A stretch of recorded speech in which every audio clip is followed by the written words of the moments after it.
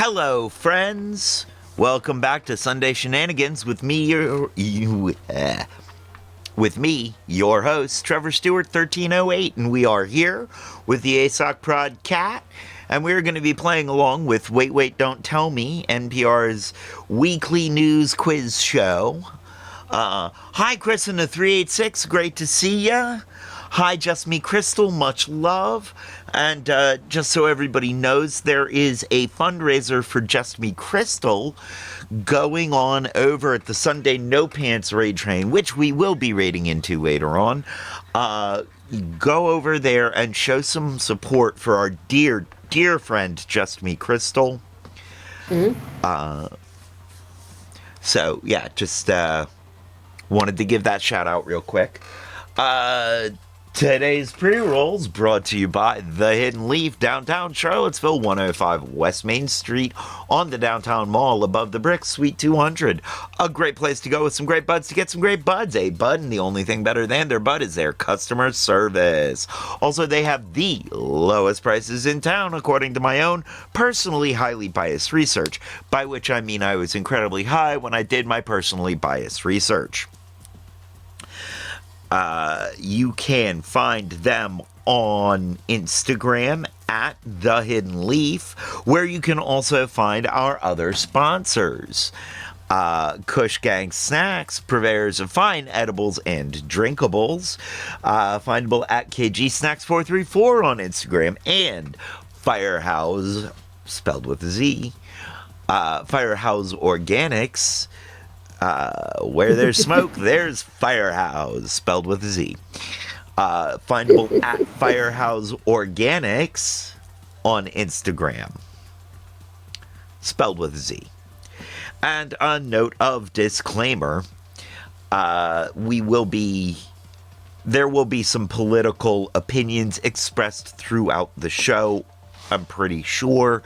Those opinions belong to the expressor of the opinion and or us and or the channel and or parent company, but do not necessarily belong to any of our advertisers, including Hidden Leaf, Firehouse, and Kush Gang Snacks. All right, we made it through the ad read.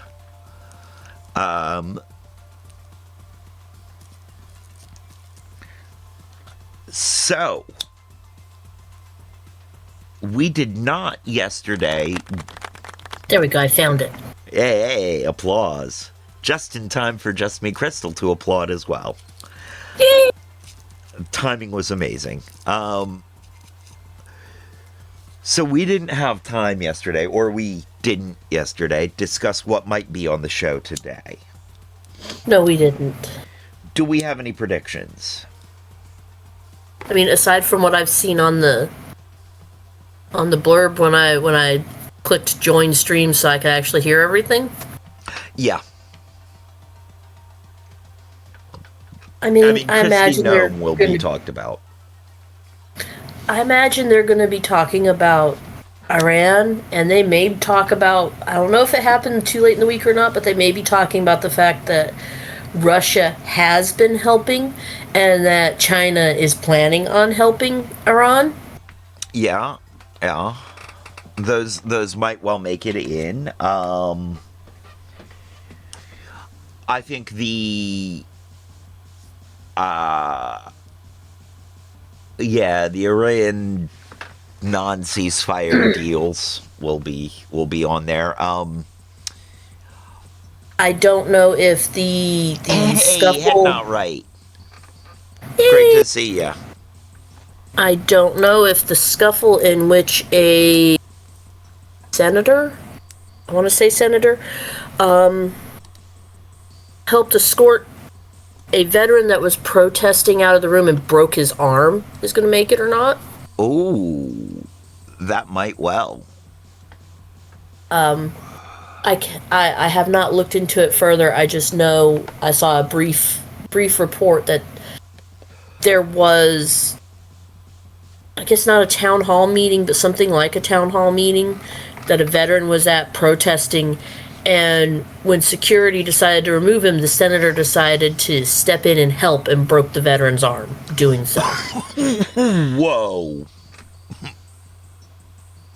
That's not a good look. No, it's not. I imagine that the dad in I do not remember if it's Arkansas or where, but he just won the Republican primary for the sheriff's race in his county. That might make it onto NPR because of the situation surrounding his running for sheriff in the first place. Okay. Back a little bit ago, his daughter was assaulted. The person that did it was up on charges, out on bail. And then one night, the person involved kidnapped her. So dad did what country dads do and took out after his baby girl. I mean, yeah. The end result was the deletion of a PDF file and the safe retrieval of his daughter. I mean, it's extrajudicial, which isn't good. No. On the other hand, I don't think any of us are going to be like, you know. So he is currently up on charges for that extrajudicial response. And Okay. he just won the Republican primary race to be sheriff because in his well, effectively in his words, if you're not going to do anything about the fact that you let this happen, I will. Right. I get that. I get where he's coming from. Yeah. I'm of a split mind about it. There's part of me that is like, oh, this is not a good look. And then part of me is like, no, I get it.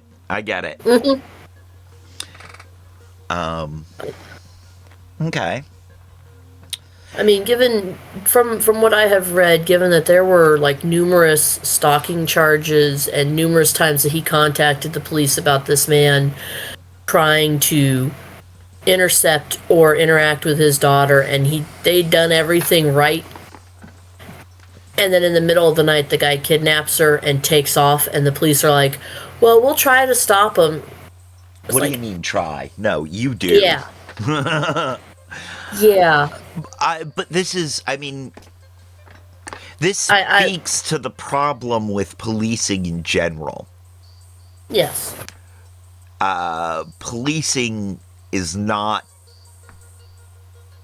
it's not about protecting people. It's not about preventing crime. It's about protecting property and punishing criminals. Then they really should have been all over it, given the way we have all those people in the files that believe little girls are property. They should have been all over protecting that at that point. Right. Agreed. But the crime wasn't fully committed. So, they had to let the crime finish being committed before they could. All right. I'm not sure if it's your internet or mine. Let me see if I am. Let's see how I'm doing over here on Twitch. The player just zapped. Okay. I think I'm doing okay on Twitch. Okay. Right. I think I had a brief dip in connectivity there. I figured it was head not right. I saw it pop up at that point. You good for everything there? I think your connectivity is dripping again. I think you're right. hate this. How am I looking over there on Twitch? Not great. Not great. Skipping around a little. Well, dang. Hey, Shende20, thank you. Thank you so much. Much love. Thank you.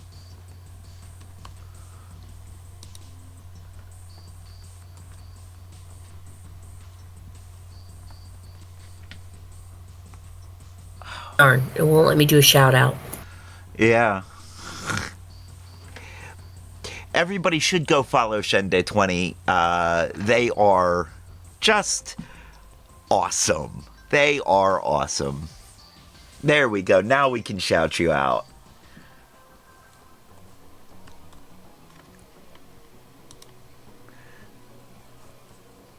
And now it's whoever gets there first. All right. Again, thank you so much. All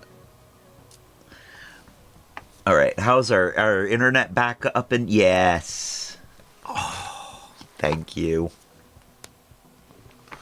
I try to lurk in Shende's stream whenever possible.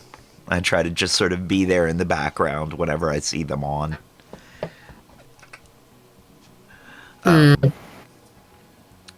Well, all right. Am I still sketchy on Twitch? Sorry, say that again. I missed about all of it. Oh. Uh-oh. Yep.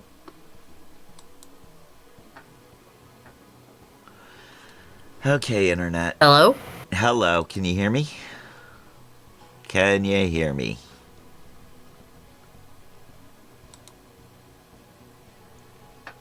Son of a biscuit.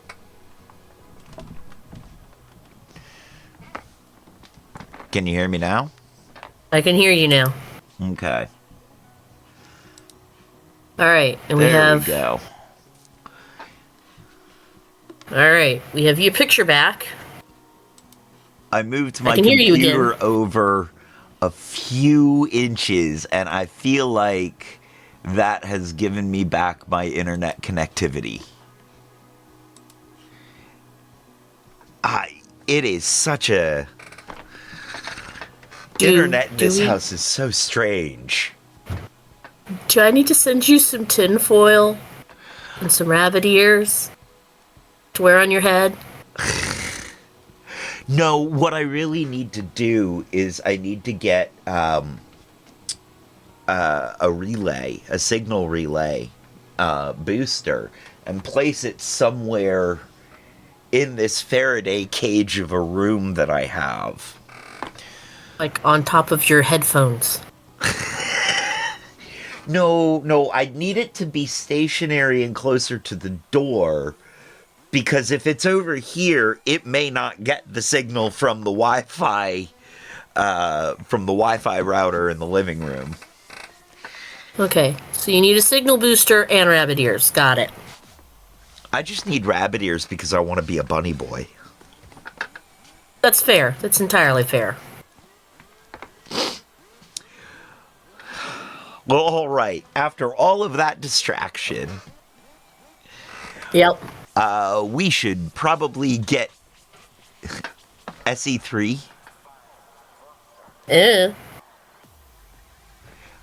I'm gonna need a bit of explanation.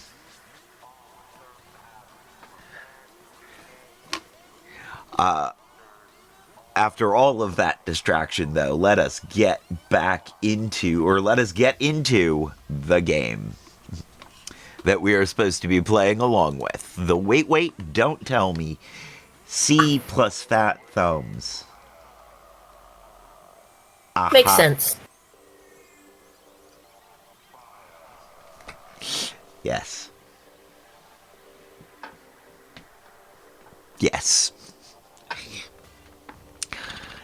I get it. I get it. They may not look fat as compared to my hand, but they have a real hard time hitting just one letter on the phone. All right. Yes. So,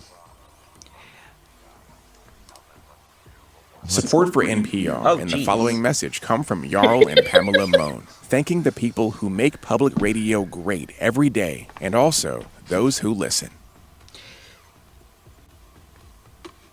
Support for this podcast and the... all right. Just one thing I do want to say about big eyes, little letters. One thing I want to say about donating to NPR. The biggest, donating to NPR gets you bias-free news coverage. It helps bring emergency alerts to everyone throughout the nation. It helps keep the landscape of unbiased press coverage alive. But the most important thing it does is donating to NPR gives you the feeling of self-satisfaction of knowing that you're better than other people. By donating to NPR, Shenday 20, you have elevated yourself to better than other people. Congratulations.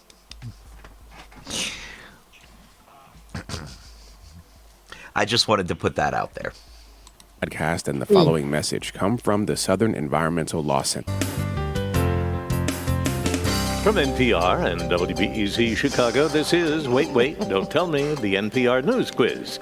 I'm the voice so powerful, I command the clocks to spring forward.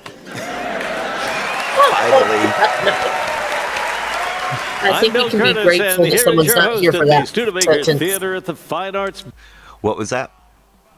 So I think we can be grateful that someone is not present for that sentence. Yeah. I think so. Fine Arts Building in Chicago, Illinois. Peter Sagal. Thank you, Bill. Hey, Peter. Everybody. I think I speak for a lot of people when I say that after this last week, I am ready for some baseball. And that is why I'm very excited to tell you that later on we're going to be talking to the new voice of Sunday Night Baseball on NBC, Jason Benetti. Now, Okay. Jason has a lot in common with Pope Leo. This is true. Both grew up in Chicago as White Sox fans, and Jason also speaks with the authority of God. But first, it'll be your turn to take the field. Give us a call. Play our games at 1-888-WAIT-WAIT. That's 1-888-924-8924. It's time to welcome our first listener contestant. Hi, you're on Wait, Wait, Don't. Peter sounds a little rough today. Mm-hmm. And he sounds like he's getting over a cold or something. He could be. Or he could have been at whatever the most recent award show was screaming. Who knows? I have a hard time picturing Peter screaming about anything. Well, screaming in excitement about anything. I can see him screaming in frustration about things in a rant. Yeah. I mean, he could have been doing both. He could have started off in a rant and ended up screaming in excitement when someone actually won something. That's possible. Either way, he does sound a little rough. Yes, he does. Hi, this is Laura Braun, and I'm from Cypress, Texas. Hey, Hi, Laura. Laura So from what do you do there in Texas? Cypress, Texas? I'm a high school English teacher. Are you really? Yes. How NPR. I, of course, as you can imagine, was very fond of my high school English teachers. You have to be careful because if you encourage them, they may go into great things. If you encourage them too much, they might go into public radio. And the public radio listeners. That's true. Well, thank you for making listeners for us. We very much appreciate it. Ouch. Well, Laura, the truth welcome in to that our hurts. show. Let me introduce you to our panel. First up, he's the host of the daily podcast TBTL and the public radio variety show Livewire, which will be live at Hopscotch in Portland on Wednesday, March 11th. It's Luke Burbank. Hey, Laura. Hi, Luke. Next up, it is a proud and freaked out Iranian who's worrying about her family back home. It's Negin Farsad. Hello. Hi, Nagin. Hi. Hi. It's so great to meet you. I am freaked out about my family in Iran, and I hope for the best outcomes for everybody. And I'm just, turns out, not to be too controversial here, but I hate war. Whoa, man. Wow. You got to be careful of taking those political stances. And finally, a comedian who'll be headlining the Alaska Before You Die Festival in Anchorage, Alaska on Friday, April 3rd. It's Hari Kondabolu. Hey, Hi, Laura. Hari. Hi. Well, welcome to the show, Laura. You're going to play Who's Bill this time. Bill Curtis is going to start us off with 3 quotations from this week's news. If you can correctly identify or explain just 2 of them, you will win our prize. Any voice from our show you might choose for your voicemail. Are you ready to go? Ready. All right. Your first quote is from a Department of Homeland Security employee who was talking on the down low to the Daily Mail Thursday about a big shakeup this week. Crowds are celebrating, lots of phone calls, texts, people stopping by to celebrate. So people at DHS were apparently rejoicing that who is no longer their boss? Christy Nome. No. Christy Nome. Christy Nome. Once all around, we talked about it a bunch. It's on the Oh, a thing. lot of fans in the room. Yeah. What a warm send-off. She'll be grateful. I mean, they're not replacing her with Obama, just as a heads up. Yeah, I know. But still, It's like not getting better. on Thursday, the president... So, my question is, who were their bigger celebrations for the firing of, if we will put it delicately, Christy Nome or the Ayatollah? Khomeini. Ayatollah Khomeini. Because they were dancing in the street over that, but they were doing it under cover of darkness and in dark alleys where nobody could see them for fear of reprisals. I would say that we had the bigger peaceful celebration, and they had the one attended by the most fireworks. That's a delicate way of putting it. Fireworks. Okay. I mean, that's where I was going with it too, but yeah.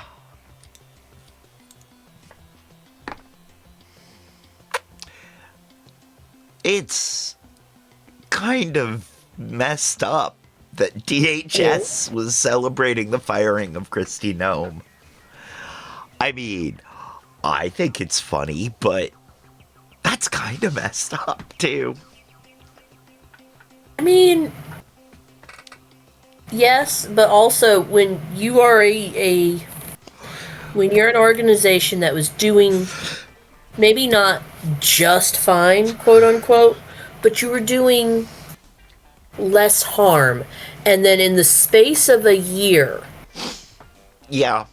you are given a boss that brings your public image down to the point where businesses are no longer serving you if you've got your badge on, if you've got any article of clothing that states you work for them. They're turning you away at the door, they're turning your family away at the door, and your family is starting to actively dox you for being part of that organization. Yeah, there is that. When Dude's kids in the doxing space him. of a I love year, that. you've gone from being, if not loved, at least relatively respectable, To not. relatively, to your 20-year-old kids are actively saying, yeah, my mom works for these people, and telling them, then Yeah. there's something wrong. Yeah. Yes, there is obviously something wrong. And it is... So I can see the celebration. I get it. I'm highly amused by it. Oh yeah, also, definitely. you know, I think relatively. I will go out on a limb and say that I'm guessing over 50% of the people at DHS were morally opposed to Kristi Noem on the grounds that she killed a puppy. Yes. I mean, let us not forget, she is a bad person. She did a terrible on my thing. rug. I did this because the puppy peed on my rug is effectively what happened. Right. She's a bad person who did a bad thing and deserves no good things. So, I mean, heavily on the relatively, yes. So, yeah, she's... there is so many reasons why I get why they're celebrating. Because she really is that bad a person.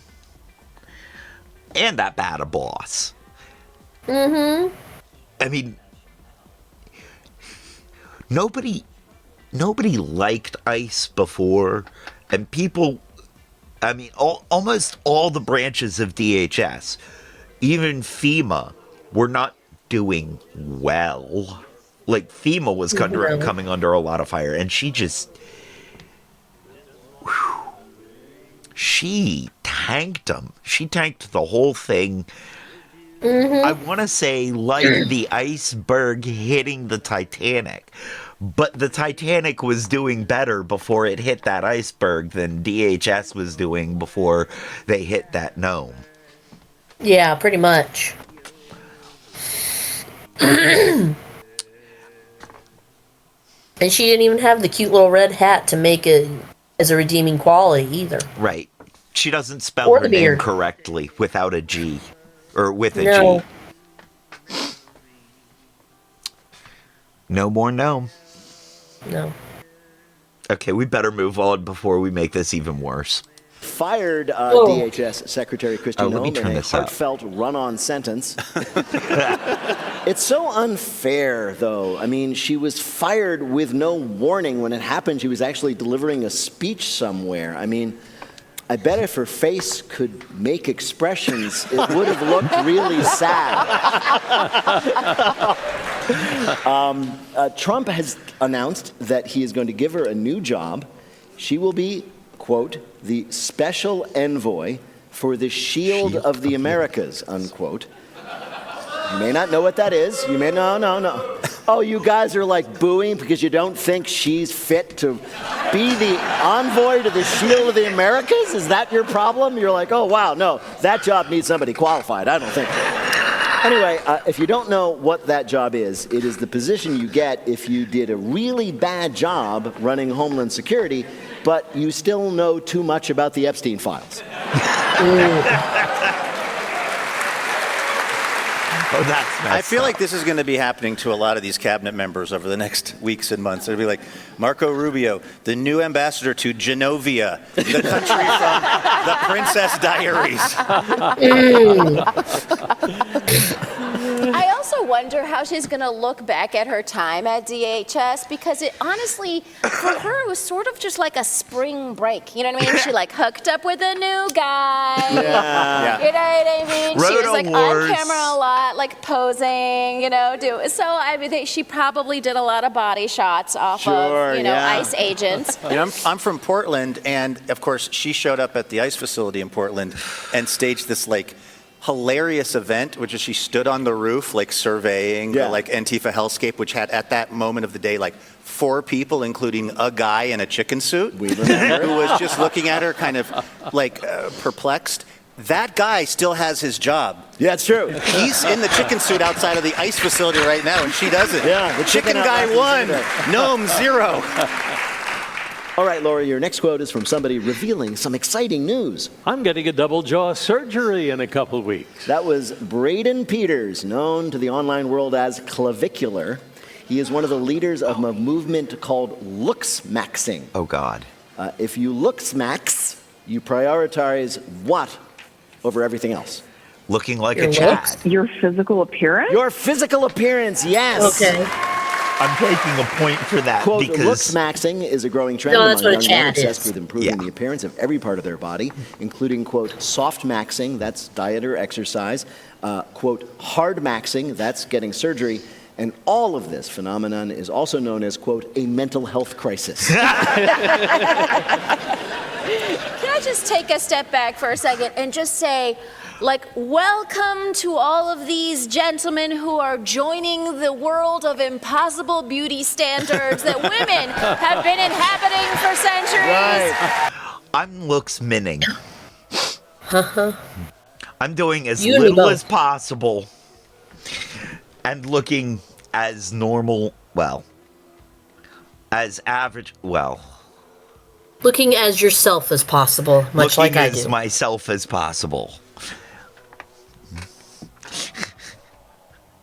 If I were gonna looks-max, and I don't mean red-pilled looks-maxing, I mean, I would be a makeup influencer. I'd be a beauty influencer. If I was going to looks-max, it would be through makeup. Mm-hmm. Partially Look, because you can I do know how to eyeliner do and I that. can't.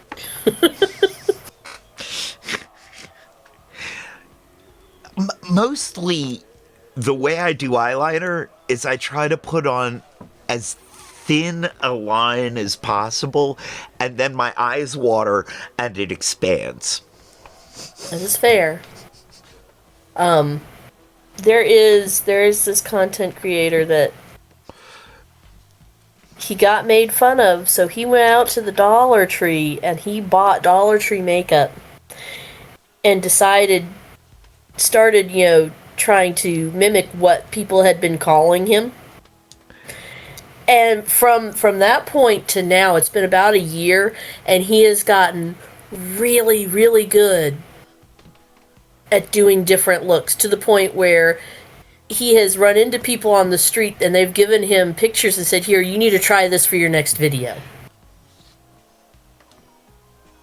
That's pretty cool. It is. It is. Tutorials with T Kitty. I like that. And it is so much fun to watch him do Barbie makeup and leave his mustache alone.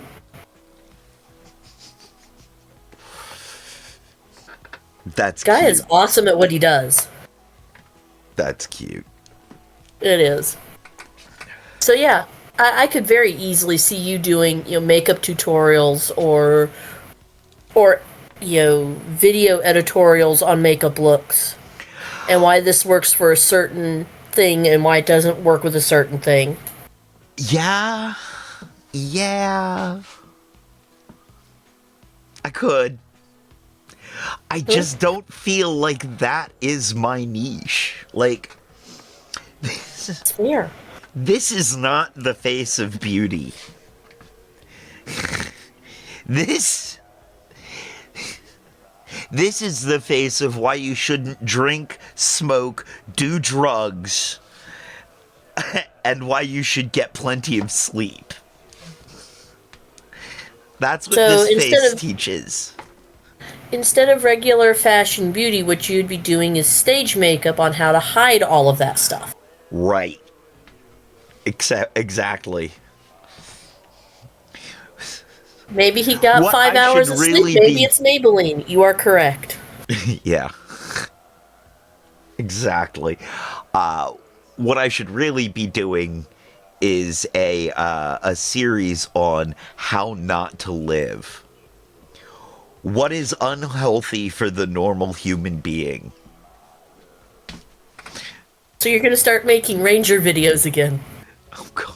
Yeah. No, I'm not. Yes, I Yes. probably am. Fashion design. Ooh, that's why Maybelline.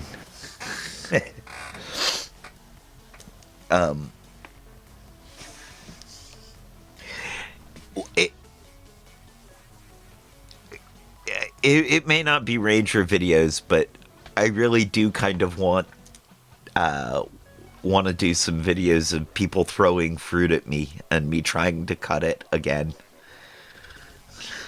That was fun. I can see the real life fruit ninja thing being yeah. That was Attack of the Watermelons. From other experiences, if you can be in a place where you are standing on something and you have people below you throwing the fruit up, it works a lot better. Maybe, but I don't want I want the danger of the fruit flying at me. Okay, that's fine. Head Not Right says volunteers ×2 here. I know. You two were the ones who stepped up and shot Nerf guns at me. I volunteer to buy a dozen kiwi to throw at you.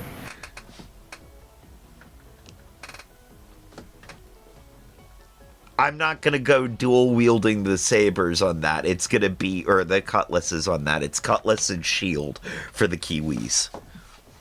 I mean, that's fine. That is perfectly fine. And you kept the Nerf guns. Yes, you did. I mean, that's a good point. They should. Well, also, when Jen and the kid were here, Jen didn't want, and I didn't want toy guns around because guns aren't toys. Exactly. And I get it. Yeah. So, but now that they're gone, I could start collecting Nerf guns again for people to shoot at me. Oh, yes. For video purposes. Not just because people want to shoot me with Nerf guns. You should mention this desire to the Peanut Gallery the next time you have the chance, because he does have a collection and would probably be very happy to help you in this endeavor. All right. We can see how this goes. Need, want, take two? Yep. Super Dude says lemons out of baseball machines. No. No, not baseball. You put them in the tennis ball thrower. It's slower. Yeah. I'm not gonna be able to chop through lemons coming at me even at 70 miles an hour. I might be able to catch one at that speed, like if I were going at it baseball style, but I don't think I can do it with sword style. Nah. How do you know until you try? It's a shame we don't happen to know any baseball pitchers with use of a batting cage that would want to try this and get fruit juice everywhere. You say that like you do know somebody. No, I don't know. I'm putting it out there so that maybe someone that hears this and says, oh, wait a minute, I actually might know these people.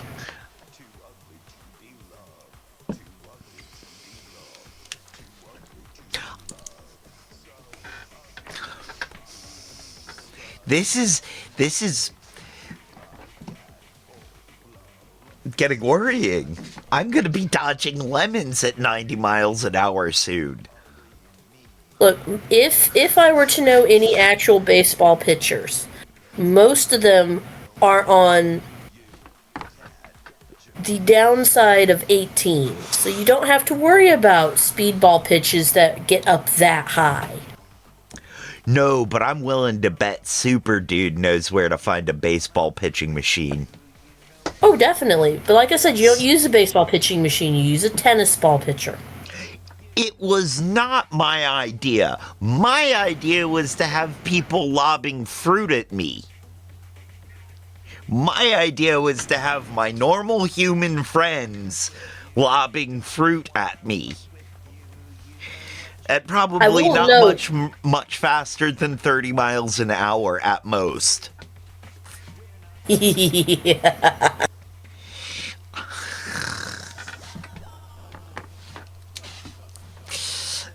I agree with head not on right.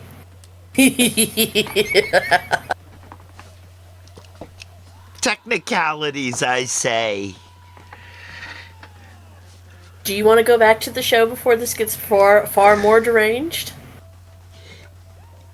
Yes, because next thing you know, you guys are gonna have me trying to take the fruit out of the air with throwing knives before it hits me. Well, that's why you would have to have the pitching machine. Hey, look, we're back on the show. Welcome to rampant insecurity, and now earn less for doing the same work. Let's do that one. And can I also just say that, like, I thought like we were going to achieve equality by women doing better. Yes. But this way, if men do worse, I guess that's also a way we can do equality. Yeah. All the men took, like, as a challenge. We can be that shallow. I've been thinking about it. It's really racist white boy nonsense when you think about it, because all their like images of what handsome is white with certain like European features. Right. Like that's what they're basing everything on. Yeah, which European features like sharp cheekbones, Right. Nazi tattoos. But it's also like it completely forgets the idea that like white people age terribly. We all know this. I mean, good black don't crack. Good brown, don't frown. Good white, that doesn't exist. See, Harry. Thank you, Harry. See, this is where I think your vision on this is a little short-sighted. There's no way clavicular is living past 30. That's absolutely true.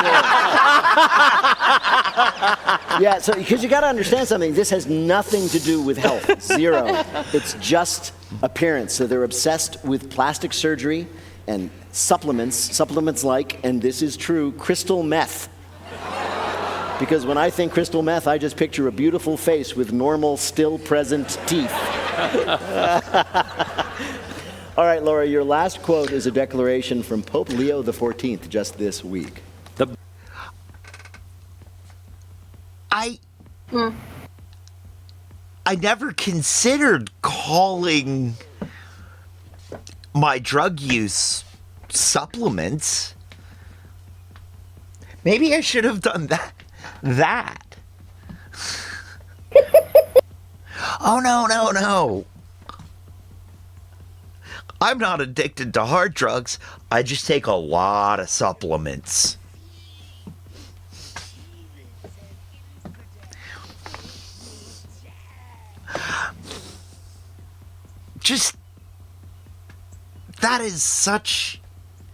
That is worrying, is what that is. Vitamin THC. Okay. This is not a supplement, it is a medication. There is a difference. It's a supplemental medication. No, it's the primary medication. Everything else is supplemental. Good.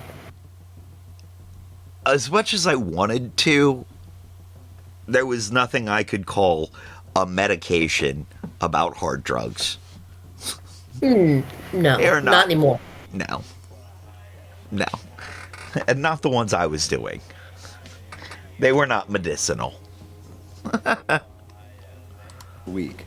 The brain needs to be used. The Pope was commending all the Catholic priests around the world to stop using what to write their weekly sermons?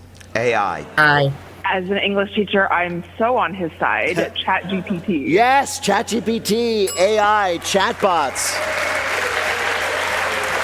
Large Apparently learning priests models. were using AI to write their sermons for them. why would they need to do that? Writing sermons is their one job, right? Their weekly schedule is just write the sermon and have dinner with a widow. I mean, I feel like if I was the priest, I would make the argument that, God created us and we created the AI, and who are we to not, enjoy its bounty? Exactly. And free up more time for dinners with grieving widows. Exactly. And whatever but that was else. unpersuasive to the Pope, I guess. No, apparently not. He didn't buy it. Well, the problem is, if you think about it from the Pope's perspective, it's a violation of trust, right? Because what if priests start using AI for everything they're supposed to do? You go into the booth, you're like, Father, before I tell you my confession, could you tell me which of these pictures contains a motorcycle? Can I just say, those are getting harder. Yeah, they really are. Oh my God, it's so hard. My failure rate on CAPTCHAs is shockingly high these days. I mean, did they run out of the easy ones now? It's like, does 1 micrometer of the crosswalk count as part of the street? It's really true. Translate this from the ancient Greek. I'm beginning to wonder if I am a robot Laura sometimes. did not hesitate to give us all 3 correct answers. Well done, Laura. Congratulations. Take care. Thank you so much. Take care, Laura. Bye-bye. Right now, panel, it is time for you to answer some questions about this week's news. Luke, Washington state residents were shocked this week to find out that when they called a state office and pressed 2 for Spanish, they heard what? English delivered with a quote-unquote Spanish accent. That is exactly right. No. It turns out that for the last few months, if you called the Washington State Department of Licensing, got the voicemail, pressed 2 to hear your options in Spanish, this is what you would hear. Thank you for calling the Department of Licensing Customer Support Center.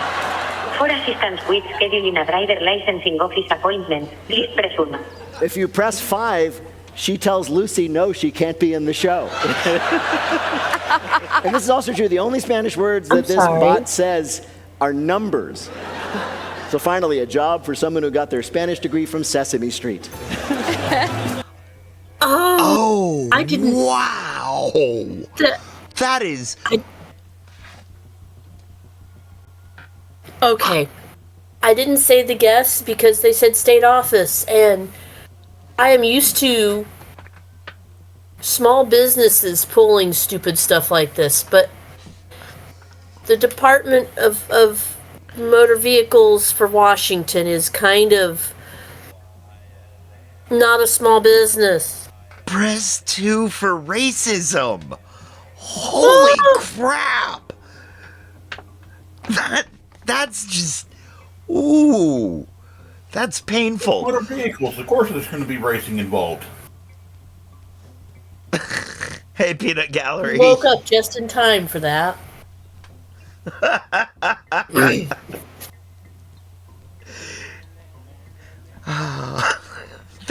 That was, wow. Having to guess on that, I would have said different language like German. I mean, I was going to say it was in English. I just wasn't going to guess it was in English with an incredibly racist accent. And bad accent. Yeah, like that's not even, like I can't even say that's supposed to be Mexican or South American, Central American. I can't tell. It is a 70s. It is a 70s Spanish accent, is what that is. I mean, yeah. It's just racist. It is a racist Spanish accent. The question was, what was discovered recently when you press 2 for the Spanish speaking line at the Department of Motor Vehicles in Washington? Washington State. Yeah. Mm-hmm. And what you got was 70s bad Spanish accent speaking in English. Yeah. Con, you walk in on the whole Department of Motor Vehicles racist comment and throw down, of course there's racing. Vehicles are involved. Yes. Right. I mean, As I say, of course, there's racism. It's the DMV. But yeah, that too. No, I was going to guess Timing either is English impeccable, or, well, not English. I was going to guess, another language. Like maybe they decided that Portuguese or Latin. They decided Latin was what they needed to use, and it's like, or they just they clicked the wrong thing, thinking, that's Portuguese and Spanish are the same, aren't they? yeah. And no, they aren't. See, the problem is, they did this horrible accent while they were speaking in a somewhat dim room lit only by candles, thinking that they'd be able to understand. Because, of course, it's a romance language, right?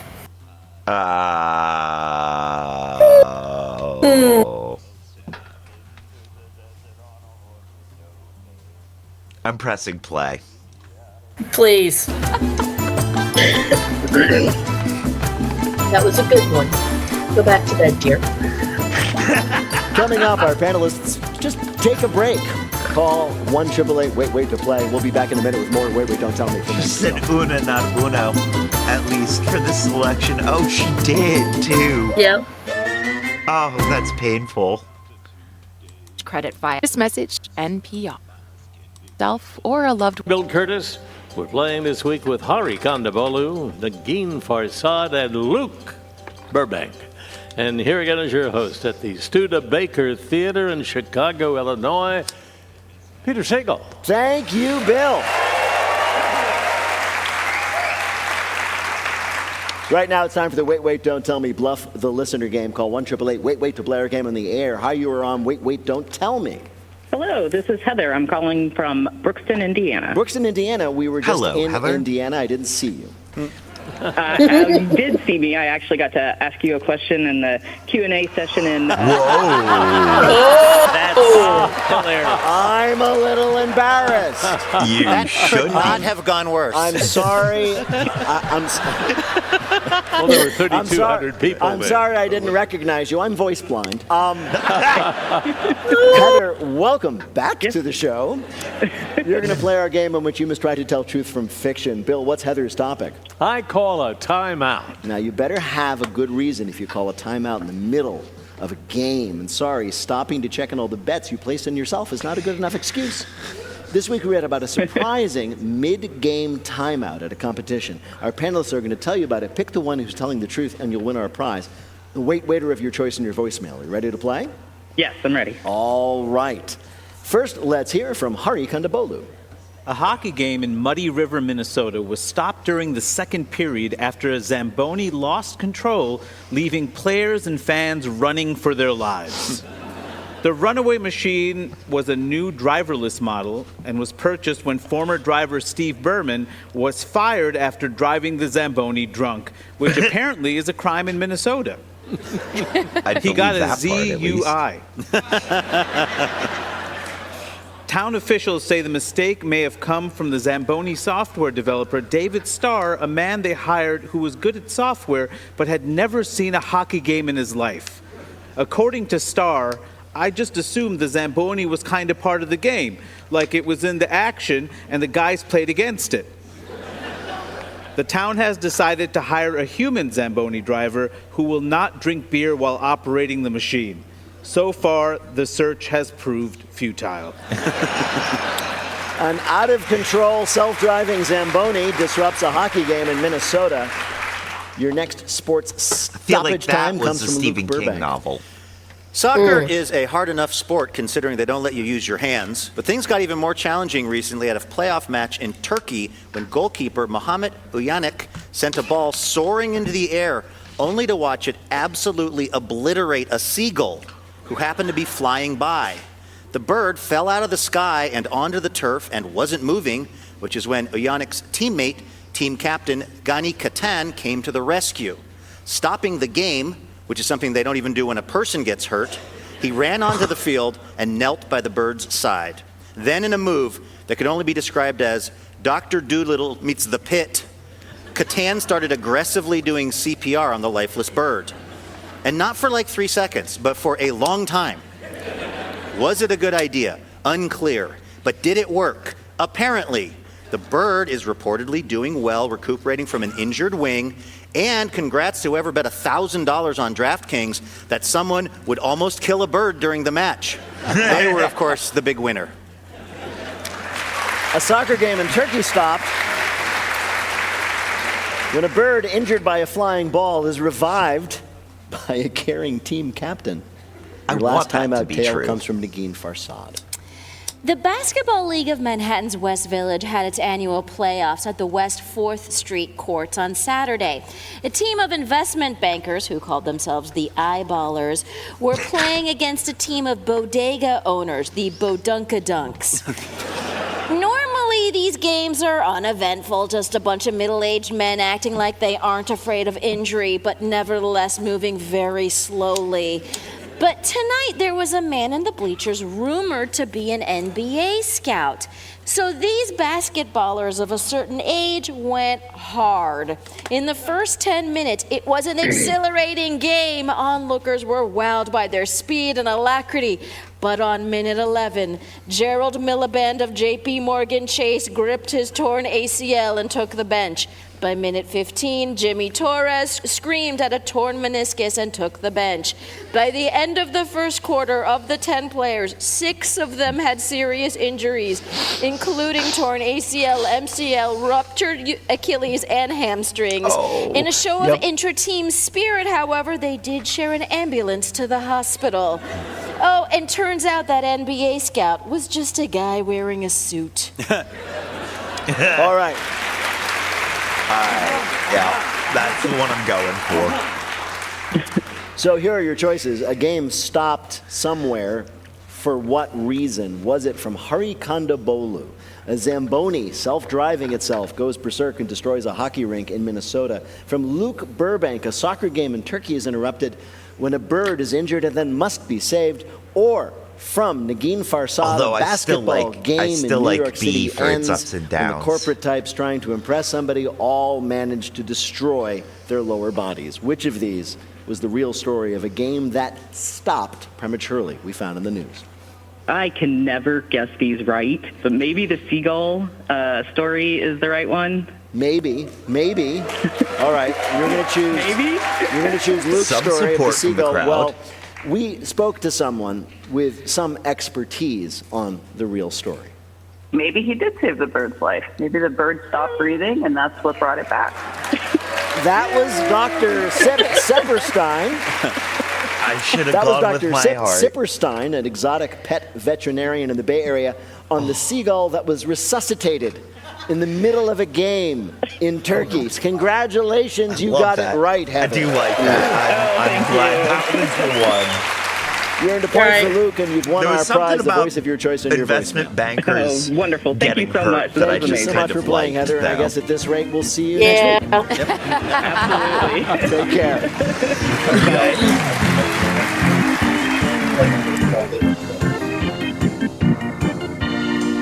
And now the game where we ask experts about something about which they have no expertise. It's called Not My Job. Jason Benetti grew up in Chicago and in the 3rd grade wrote an essay in which he said he wanted to be the broadcaster for the Chicago White Sox. And he actually got that job in 2016. He must also have dreamed back then about being the national voice of baseball for NBC Sports, because he got that job this week. Jason Benetti. Welcome to Wait, Wait, Don't Tell Me. Essay is a bit of a stretch. Essay is a bit of a stretch. So this is part of your legend, which I think people here in Chicago know. Maybe now they'll know it across the nation. But it is true that you were in the 3rd grade. White Sox fan, right? Yeah, that's right. Yeah, you said, I want to be Hawk Harrelson, the broadcaster for the White Sox. I actually did. What people don't know is I wrote 50 of those. Really? One was I'd like to be a district attorney. One was I'd like to flip burgers, and we just unearthed whichever one I got the job for. Really? You were you got to be ready for anything in a baseball game. Exactly. You started broadcasting, if I'm not mistaken, your high school band competitions, marching band competitions? That's right. If you're listening on the radio, you can't see my stature, but I think like Wispy and Frail covers it. Yeah. Right? And I, as somebody with a mild case of cerebral palsy, the marching with the tuba that I selected as my instrument was a horrendous idea. Oh, God. So the first band director in middle school made me the drum major. Right. So my job was to keep time with my gait. Right. Which was a terribler idea. Right. So then in high school, they moved that to, we're going to put the tuba on the field and you'll march in place while everybody else goes in planetary orbit around you. That didn't go great either. So the band director said, why don't you go upstairs and announce the band's set? So coming up next, Wheels of a Dream from Ragtime or whatever it was. And it was the first time I was behind a microphone. So thanks to Bill Jastro of Homewood Flossmoor High School for all this. There you are. Okay. And you eventually got the job with the White Sox. Mm-hmm. You broadcast them for many years, and you left right before they recorded the worst record in the modern era for a baseball team. You went to the Detroit Tigers, and they... Whoa. And they made an amazing... They're saying Luke. Yes. And they made an amazing, unexpected run right to the playoffs that year. It was you, wasn't it? I think just yes. Just yes. They clinched against the White Sox, which was a funny full circle sort of thing. Really? Yeah. Yeah. I know you had to, you spent years on the road, minor league baseball, high school basketball. Do you remember the most obscure sport or game you ever had to broadcast? So a couple of years ago, I got a phone call from somebody here in Chicago, and they said, hey, we're looking for somebody to do play-by-play and post-production from a studio of the National Electricians Championships. I'm sorry, why would I do that? Correct. So I'd love to call that. I would love to be the announcer. You were going to call the that. Neckies?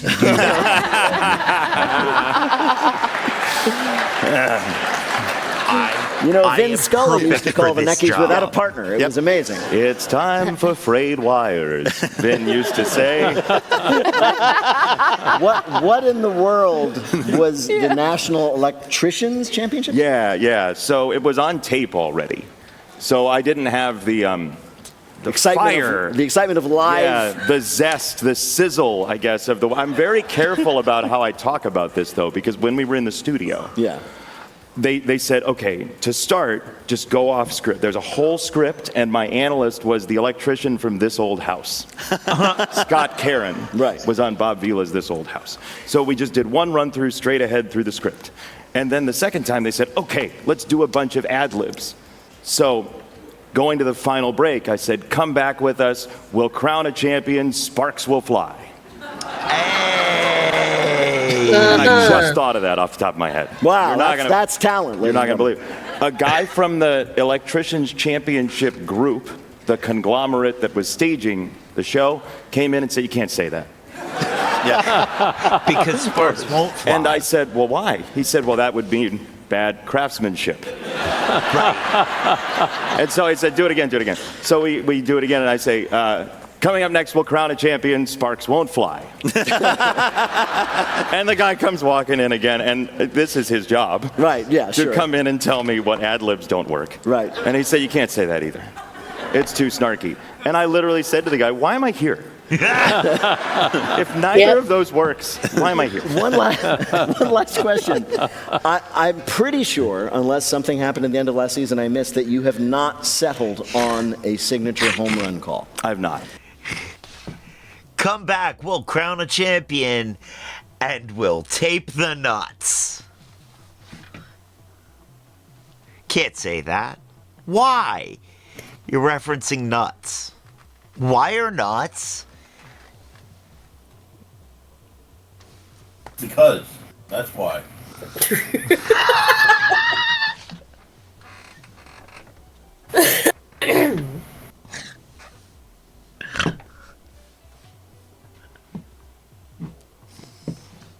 Why are nuts? Because it's a tree that makes, or because it's a nut tree. It's a tree that makes nuts. Jeez, Trev. Get your punchline straight. Do you feel that now you will be the NBC Sunday Night Baseball voice of the game, that it is time to pick one? I do, and I think we have the perfect panel up here for it. Yes. If they'd care to offer suggestions for a home run call. Right. How about bye-bye ball?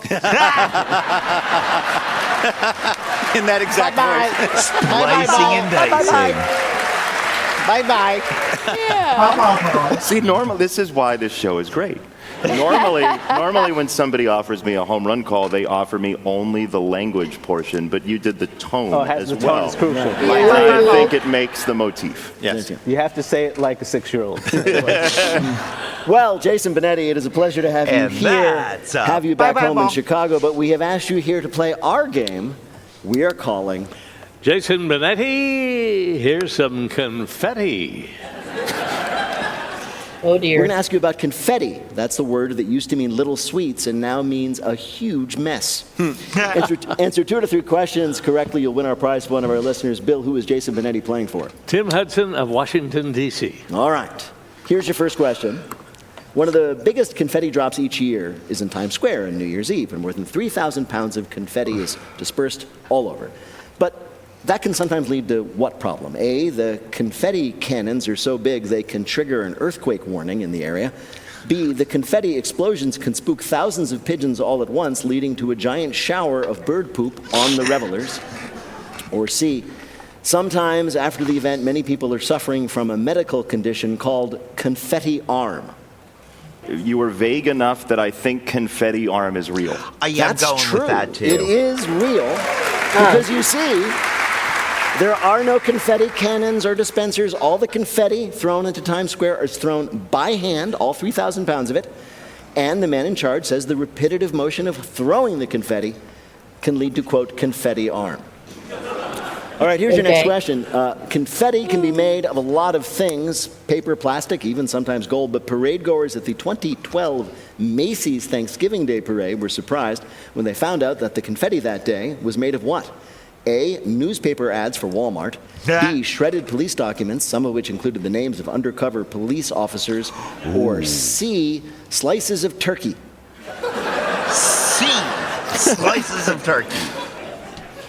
So when I was in the minors, yes, my broadcast partner was Kevin Brown of the Baltimore Orioles. Right. He's a TV announcer in Major League Baseball as well.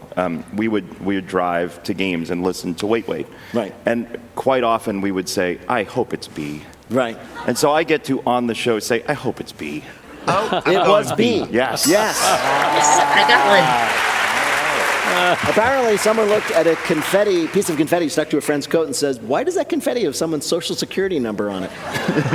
All right, you have a chance for a perfect game. Confetti cannons are a popular feature at shows and concerts, not in Times Square. But the band Bad Omens stopped using theirs after a show in Melbourne, Australia. Where what happened? A, the cannons suffered a glitch where instead of going off at the end of a song, they fired off randomly all night. B, when the cannons went off, the confetti knocked a bunch of ceiling tiles loose, which fell on the audience's heads. Or C, someone stuck a balloon in the barrel, causing the cannon to explode. D. I'm going to it's say A. that it was A, and it was firing all night. No, I'm afraid it was actually B again. Oh, I hope it's B. Yeah, Kevin out there was shouting, I hope it's B. It was B. The next night after the tile incident, the lead singer of the band said from the stage, quote, a moment of silence for the victims of the ceiling panels. Not a joke, shut up. I heard they're all here tonight. Everyone that was hit by the ceiling tile, if you were, where are my tile guys at? What do you expect from a band called Bad Omen? It's true, yeah. I mean, they're not called Good Diplomacy. That's right. Bill, how did Jason Benetti do in our quiz? 2 hits out of 3 puts you on base. You're a winner. There you are.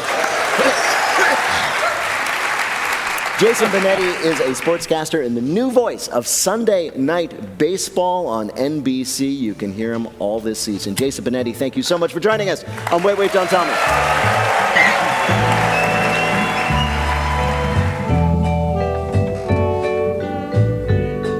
That was cute. In just a minute, Bill has a new dessert for you to try and immediately regret in our Listener Limerick Challenge. Call 1-888-WAIT-WAIT to join us on the air. We'll be back in a minute with more of Our sponsor, a message comes from your office. Specifically, their choices. This week with Luke Burbank, Hari Kondabolu, and I just want to take a second to let people know that I'm not actually a fan of Peeps. Theater in Chicago, Illinois, Peter Sagal. Thank you, Bill. Thank you, Bill. In just a minute, we fulfill our enforced limerick quota. It's our Listener Limerick Challenge. If you'd like to play, give us a call at 1-888-WAIT-WAIT. That's 1-888-924-8924. Right now, panel, though, some more questions for you from the week's news. Nagin, according to New York Magazine, more and more parents are worried about whether or not who likes them. More and more parents are what? Oh, if their own children like them. Not their own children. Oh, That's a lot. Other parents. Okay, sorry. Yeah. Other parents. Other school parents. Not the parents. Other The children. Principal. Not the principal. The teacher. No, it's not the. Let me give you a hint. The building? No. What do we say I'll give you a here, hint. Peter? I'll give you a hint. You're Other like, oh, go. kids. No, you have to wear something nicer than that. Henry's coming over for a play date. Oh, the Other friends kids. of Yeah. your kids? Yes, your kids' friends. Apparently, this is a big anxiety. According to The Cut, that's a section of New York Magazine, it's normal to worry your Peeps kids' Brulee. friends are Yep. judging you, because they are. Yep. Peeps There's nothing Brulee. you can do about it. If you try too hard, you're like the mom from Mean They're Girls. good. You don't try at all, But and they're Peeps like, in general, what no. the hell, no snacks, lady? Can I just say in response to the cut, I don't give a what those kids think of Really? me. My daughter's Nagin. friends, they should be so lucky to have me in the room. Come on. Also, don't flatter yourselves. I don't want to be around you guys at all. Go play. Really? Yeah. You don't- I mean, you know, we're all You don't parents send. here. You have a daughter from right? Yes. Right? And you don't send your daughter's friends home. They get picked up. They go home, and you don't think to yourself, she's going to go home and compare me to her mom, and I'm going to look pretty good. And I will and spend as like- much money at this Red Robin as I have to prove that point. This is so you're so like I'm basically mogging the exactly. the other moms. Yeah. No, I don't. I just It's mostly only am the like, cool I don't want parents there who to be don't any care. injuries or anything like that. So there's like a report of like this mom let an injury happen. So that's like mostly that's it. That's all. Really, that's it. Just as long And as I'm there are like, no felonies. Yeah, you're or all like, right. and like, I don't want them to be like, I'm hungry because they didn't feed us. Like, that's it. Yeah, those are the two things. Right. Basic needs. What would impress a 5-year-old? Like, what, a bluey T-shirt and some shorts? Like, what is it? What is a 5-year-old looking for an adult to look like? And what kind of uncool adult would that make you? You know what I mean? In order to appeal to a young kid, whatever their sensibility is, when the other adults see you, they'll be like, is this person okay? Right. It's also a little creepy. Like, why are you dressed like a child? Yeah. But and also like, why are you even trying to spend time with us? Like, we're gonna play now. You go. Yes, right. Leave now. Yeah. Luke, the CEO of McDonald's, put out a video of himself trying their brand new burger, the Big Arch burger. The video went viral because of the way the CEO did what? Appeared Spit to the have burger out. literally Taste it. never eaten a McDonald's burger in his life. That's right. Specifically because of the tiny, tiny bite he took. Chris Kempczynski is the CEO of McDonald's, and he introduced their new Big Arch bit it burger like by posting a video Squidward of himself bit, with one. And after describing a how great Krabby it was, Patty. he lifts it to his mouth and kind of pecks it. Right? Nibbled It's it. not clear he actually makes contact with it with his teeth. It's like the air kiss of eating. Like, did no one ever notice that the CEO lacked the fundamental burger charisma It's true, required for the job? I wonder if like they told him to take a bigger bite, and off camera he's like, "I'm not gonna eat this crap." Yeah. Are you kidding me? Probably. Do you know what's in here? I will note, Burger King came out with a response ad with their CEO showing how to take a proper bite of the company's burger. That's funny. Burger King was Coming up, it's absolutely Lightning like, Fill in the oh, blank, but first it's the this is how game where you have to eat a listen for the burger. rhyme. If you'd like to play on air, call or leave a message at 1-888-WAIT-WAIT. That's 1-888-924-8924. You can see us most weeks right here at the Studebaker Theater in downtown Chicago. You can also catch us on the road. We'll be in Savannah, Georgia. This is Eli. Eli, we apparently have some us, March 26th. We will also be in San Diego on April 30th. For tickets and more information to all of our live events, go to nprpresents.org.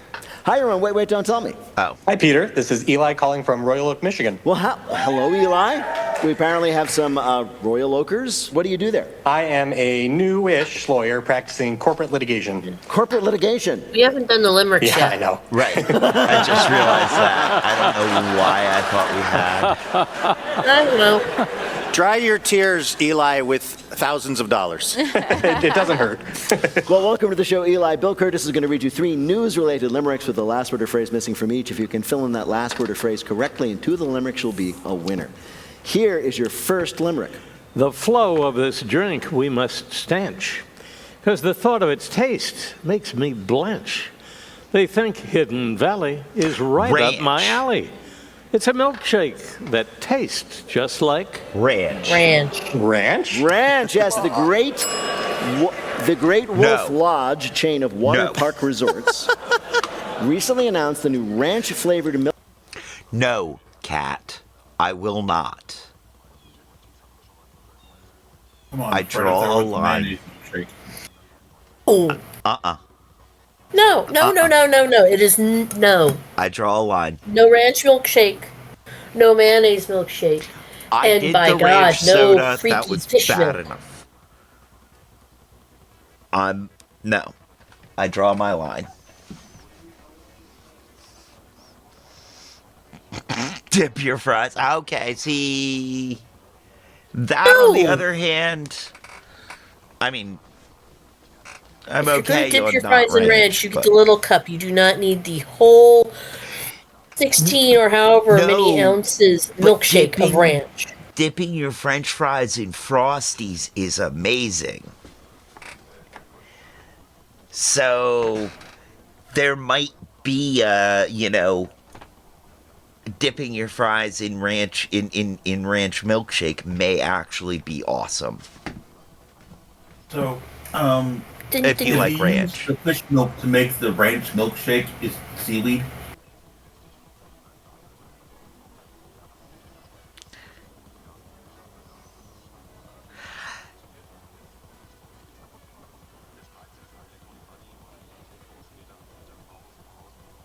You need more sleep. I'm pressing play. Yes, you do. That made my brain itch. Shake because people were not pooping enough in their pools. Yes. The treat, so the pizza may be hot wings, if you will, is made with ice cream, ranch seasoning, and is topped with carrots, celery, chicken nuggets, and whipped cream. The head chef at Great Wolf Lodge developed it through a process called throwing random things into a blender till the ache in his heart went away. If you've been inside a Great Wolf Lodge, it is a violation of the Geneva Conventions. But just as is, let alone this ranch dressing situation. And like you said, the fact that it's a bunch of pools and water slides indoors with adults who have been served alcohol and their children who they haven't seen for hours. Yes. This is a terrible idea. Wait, there's water slides in the lodge? Yeah, Yes, that's what it's that's all what about. it is. That's why it's called Great Wolf Lodge. park. You know, water slides. Right. Good point. Legally, we can't describe them as water slides. All right, here's your next limerick. In our family tree, chimps aren't distal, though they cannot make pancakes or whistle. But they open their hearts to the aura of quartz. Chimpanzees feel the power of crystals. Crystals? Crystal, yes. Oh. It turns out that humans are not the only primates who are suckers for New Age crap. A scientist at a chimp sanctuary offered chimps a quartz crystal and a plain rock of the same size. And in multiple trials, the chimps grabbed the crystal and let the rock sit there. The joke is on them. Under the rock was a coupon for 1,000 bananas. I'm a sucker so they're for as shiny shallow rocks, as we too. are. Apparently, yeah. That's amazing. In fact, the chimps might actually have a better appreciation for crystals than humans do, because the chimps at least haven't tried to use them as deodorant. That's a thing? It is. Yeah. I feel like I just beat a world of Super Mario 3. Yeah. I feel like I'm about to go turn a Toad King back into one of the Toad people from a random animal. Fun thing that I saw the other day that relates to rocks and animals is that there is a zoo that there's a local children's hospital where all of the kids sit and paint rocks and give them to the zoo, and then the zoo dumps them out for the penguins to pick rocks for their mates. Aww. That's cute. Yes. You say rocks and animal, all I think is Chuck Or E. Cheese. Bowser. All you think of is what? Chuck E. Cheese's. I still didn't catch that. Chuck E. Cheese's. Oh, Chuck E. Cheese's. Rocks and animals? Chuck E. Cheese? The band. Because that band rocks.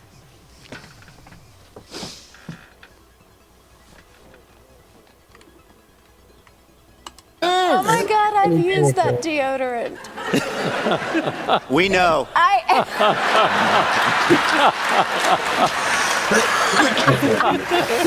It's like the only thing about me With that my brain went on that one. What was that? I'm sitting here looking at him saying, I don't have any Benadryl. Oh. And I have no idea What I will say is, Peanut Gallery, you're currently winning. You've left me speechless twice. Oh, I dear don't use it all the time. I'm not going to defend myself to you guys, okay? I'm going to stop right there. Here is your last limerick. They said teacup, but he grew real big. He porked out. That's the truth, not a dig. Yeah, big. Pig. Now, like Charlotte, I know Yep. that they eat and they grow. No such thing as a wee little Pig.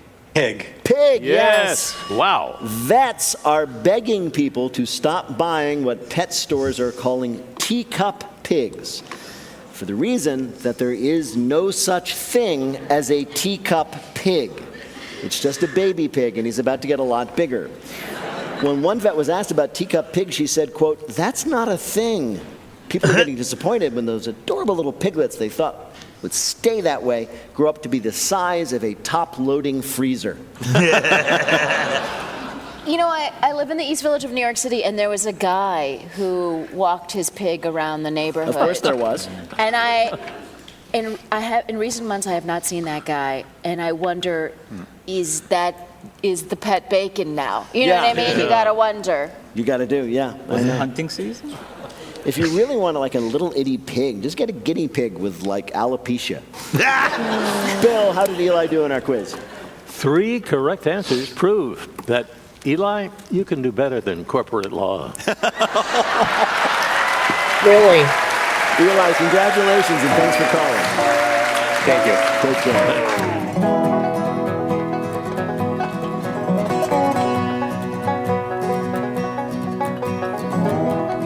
All right. Now I can start skipping ahead because we have a commercial break before the Tour of the Dolomites. This message can always make sure travel insurance. Fill in the blank questions as they can. Each correct answer Here now we worth 2 go. points. Bill, can you give us the scores? Hari and Luke each have 3. Nagin has 2. Okay, so that Ooh. means All right. Nagin, you are in second place, so you are up first. Here we go. The clock will start when you begin your first question. Fill in the blank. On Wednesday, Ayatollah Ali Khamenei's son was named the leading candidate to become blank's next supreme leader. Iran. Iran. Right. For the first time since her mom's disappearance, blank returned to the Today Show. Savannah Guthrie. Right. This week, a woman in California filed suit against Meta, claiming that blank is knowingly addictive. Facebook. AI. Social media. Social media, Instagram in this case. According to new data, the average blank account grew by 11% in 2025. Bank account? No, in this case, retirement account, a 401k. This week, customers of a supermarket in Australia have complained that the store's new AI customer service chatbot will not stop blanking. Flirting with them? No, the chatbot will not stop complaining about its mother, which it does not have because it is a chatbot.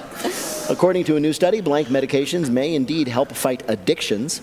GLP-1s. Right. On Tuesday, a total lunar eclipse led to 2026's first blank moon. Red moon. Yeah, or the blood moon. A man walking to work in Brazil was being attacked by 2 wild dogs when he was saved by blank. More wild dogs? Really nice wild dog. No, he was saved by his phone, which exploded. One of the dogs tried to bite the man, but instead bit his phone, which was in his pocket. The phone exploded, scared off the dogs. It's amazing to think if this guy had a better phone, he could have been killed.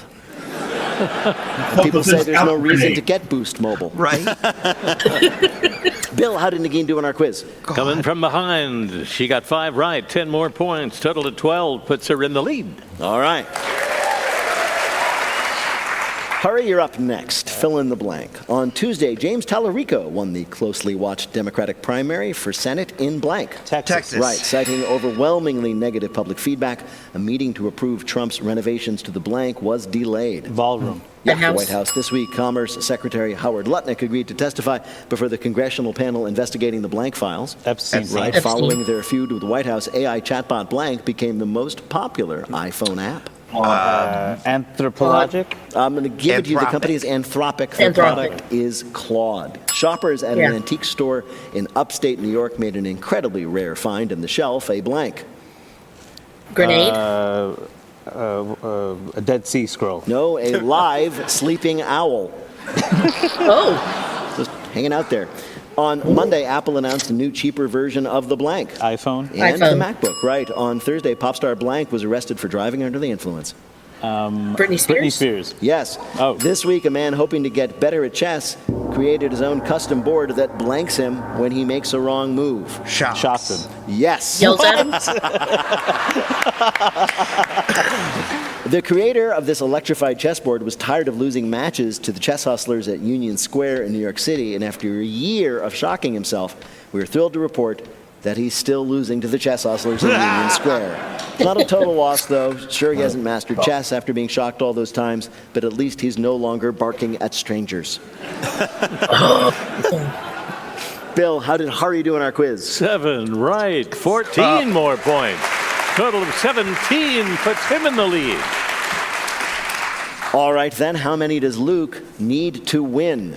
7 to tie, 8 to win. Here we go, Luke. This is for the game. Fill in the blank. On Wednesday, the Senate rejected a resolution that would limit blank's war powers. The president. The president's. Right, Donald Trump. On Tuesday, the White House announced a plan to help lower residential blank costs. Housing? Mortgage costs. Electricity costs this time. This week, Colorado declared their first blank outbreak of 2026. COVID? Measles? Right. On Wednesday, a federal judge ruled that companies who paid for Trump's blanks are owed refunds. Tariffs. Right. According to a new article, tech firms around the country are trying to increase productivity by stocking offices with free blank. Coffee? No, tobacco. After receiving some complaints, the theater in London putting on a kid-friendly Peppa Pig show says they will no longer serve blank at their snack bar. Teacup Bacon? pigs. I'm going to give it to you. The answer is bacon. All right. In retrospect, yes, it was kind of weird that kids would watch a show about Peppa Pig and Mommy Pig and then go out in the lobby and eat Cousin Pig. But granted, of course, this wouldn't have been the first time kids were faced with this particular problem. Think of all those little Arthur fans, the first time they were served an aardvark sandwich. Bill, did Luke do well enough to win? He did well. 4 right, 8 more points, but his total of 11 falls to Hari's 17.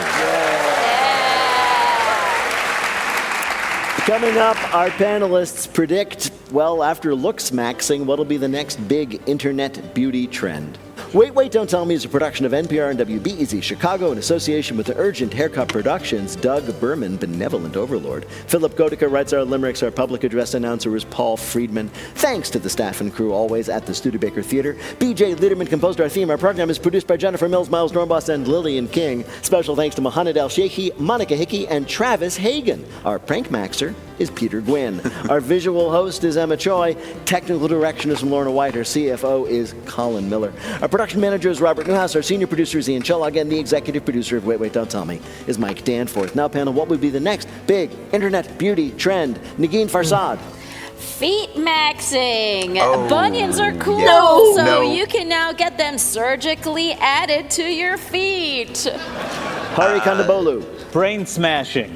It's time to get rid of some excess brain cells. That's Luke always Burbank. been popular. Looks snacksing, where I make a bunch of snacks and I look at the internet to try to figure out what the hell people are doing to their faces.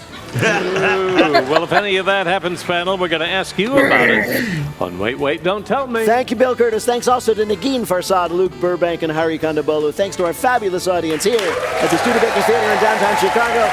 Thanks to all of you for listening wherever you might be. I'm Peter Sagal. We'll see you next week.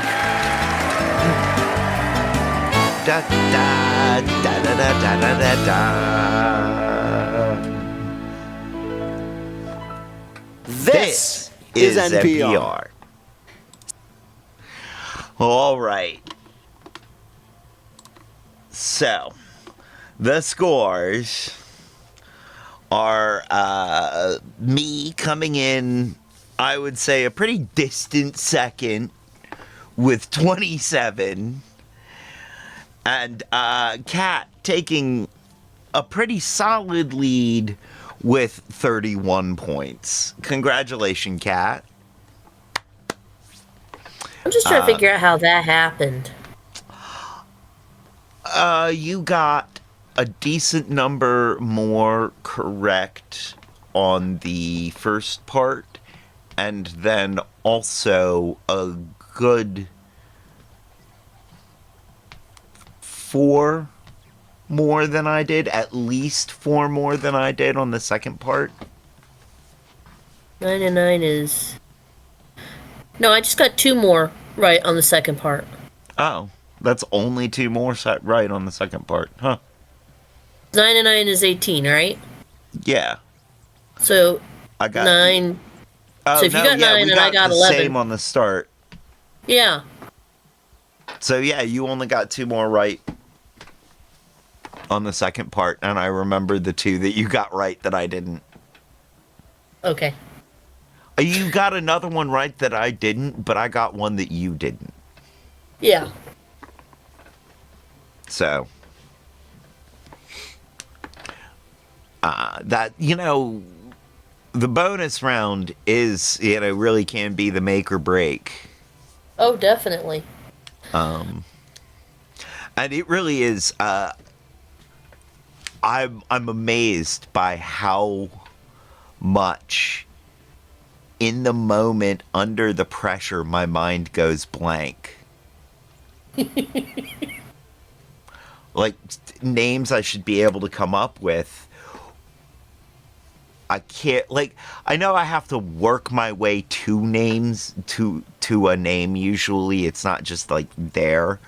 But I know also that I don't have time to do that, to do the whatever mnemonic thing I have to do to get to the name.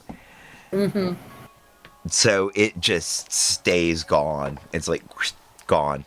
Stays gone. Yeah.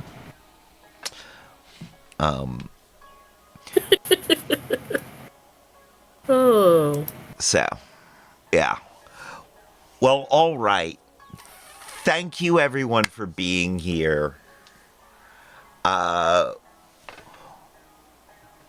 Stick around for the raid. Let me get that out of the way up top. We will be raiding. Let me see. Who's currently busy? Let's see who's on the... it is Margarita Mel on the Sunday No Pants Raid train. And we will be raiding into DJ Margarita Mel of the Sunday No Pants Raid Train. So stick around for that. Thank you, everyone, for being here. Thank you, Kat, for being here. Thank you, Peanut Gallery, for stopping in. Thank you, Head Not Right, for being here. Thank you very much to Shende 20. Especially thank you for the donation to NPR. That is very much appreciated. That puts us at $40 out of $50. Thank you, Just Me Crystal, for being here. Thank you, Chris in a 386. Think that's everyone. Thank you all for being here. Much love. Now is the time on the show when I say, as they say around here, 2 up, 2 down, VA, double deuces. We're out, y'all.